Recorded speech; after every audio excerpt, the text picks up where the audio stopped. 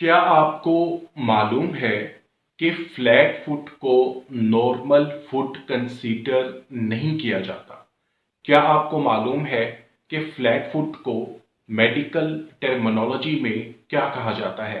क्या आपको मालूम है कि फ्लैट फुट के ट्रीटमेंट के बेस्ट पॉसिबल ऑप्शंस क्या हो सकते हैं? क्या आपको मालूम है कि एज अ फिजियोथेरेपिस्ट आप फ्लैट फुट को कैसे मैनेज कर सकते हैं? इन तमाम सवालों के जवाब आपको मिलेंगे फ्लैट फुट पे हमारी बनने वाले डिफरेंट पार्ट्स में। वीडियो को स्टार्ट करने से पहले अगर आपने मेरे चैनल को अभी तक लाइक एंड सब्सक्राइब नहीं किया तो जल्दी से मेरे चैनल को सब्सक्राइब करें और बेल के आइकन को भी प्रेस करें। फ्लैट फुट को डिस्कस करने से पहले आपको फुट के पाँव के आपके बॉडी में क्या फंक्शंस होते हैं, एक दो चीजें हम सादा सी देख लेते हैं। फुट आपकी बॉडी का वेट ट्रांसमिट करता है टू द ग्राउंड, यानी आपकी बॉडी का वेट ट्रांसमिट होता है ग्राउंड पे आपके पाँव के जरिए वाइल स्टैंडिंग या मूविंग। चलते हुए या खड़े हुए आपके बॉडी का वजन ग्राउंड पे शिफ्ट होता है आपके पाँव के through. Secondly, it also helps your body in propelling forward, यानी आगे चलते हुए, सामने की डायरेक्शन में चलते हुए आपके बॉडी की जो मूवमेंट है उसको आगे चलाने में आपके फुट का एक अहम किरदार होता है। फ्लैट फुट को डिस्कस करने से पहले आपको पाँव में मौजूद आर्चिस के बारे में भी पता होना चाहिए। अगर आपने अभी तक हमारी आर्चिस ऑफ द फुट पे वीडियो नहीं देखी तो वो भी इस वीडियो को देखने के बाद लाजमी दिखेगा, ताकि ये टॉपिक आपको डिटेल में समझ आ सके।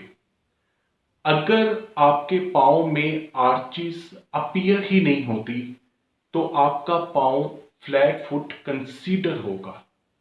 आर्चिस आपके पाँव में as a shock absorber, as a springy shock absorber काम करती हैं। अगर आपके पाँव में मौजूद जो नॉर्मली प्रेजेंट होती हैं लॉन्गिट्यूडनल आर्चिस, अगर लॉन्गिट्यूडनल आर्चिस आपके पाँव में अपीयर नहीं होती तो आपका पाँव फ्लैट फुट कंसीडर होता है। यूजुअली आर्चिस 3 से 4 साल की उम्र के बाद बच्चे के पाँव में अपीयर होती हैं। अगर हम बात करें कि फ्लैट फुट को मेडिकल टर्मिनोलॉजी में क्या कहते हैं, तो इससे पेस प्लेनस कहते हैं, यानी ऐसी डिफॉर्मिटी जिसमें आपके पाँव में मीडियल लॉन्गिट्यूडनल आर्च अपीयर ही ना हो। बच्चों में फ्लैट फुट पेनफुल भी हो सकता है और नॉन पेनफुल भी हो सकता है, लेकिन अडल्ट्स में 18 से 60 साल की उम्र के मरीजों में जो फ्लैट फुट है ये पेनफुल ही होगा। और इसकी होने की रीज़न ये हो सकती है कि प्रोलॉन्ग स्टैंडिंग या ज़्यादा देर खड़े रहने की वजह से आपके पाँव में मौजूद लिगामेंट्स यानी सॉफ्ट टिश्यू या मांसपेशियां स्ट्रेच्ड हो जाते हैं।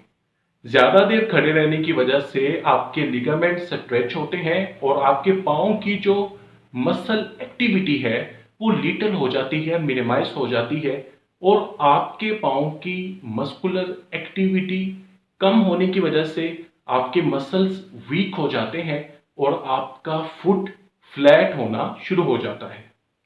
अडल्ट्स में फ्लैट फुट क्यों होता है? ज्यादा देर खड़े रहने की वजह से आपके पाँव में मौजूद लिगामेंट्स, सॉफ्ट टिश्यूज, मांसपेशियां बिल्कुल स्ट्रेच्ड हो जाते हैं, लचक में आ जाते हैं, मस्कुलर एक्टिविटी लिटल, लिमिटेड, कम, महदूद हो जाती है, मसल्स वीक हो जाते हैं, मसल्स की स्ट्रेंथ कम हो जाती है और आपका फुट फ्लैट हो जाता है। फ्लैट फुट अनसूटेबल फुटवेयर्स या अनएडजस्टेबल, ऐसे आप शूज यूज करें जो अनसूटेबल है, अनएडजस्टेबल है, ये उसकी वजह से भी हो सकता है। अब सवाल ये पैदा होता है कि क्या कोई ऐसी पैथोलॉजीज हैं जिसके साथ ये फ्लैट फुट का फैक्टर डेवलप हो सकता है, तो गैंठिया के मरीजों में भी फ्लैट फुट होने के चांसेस हो सकते हैं।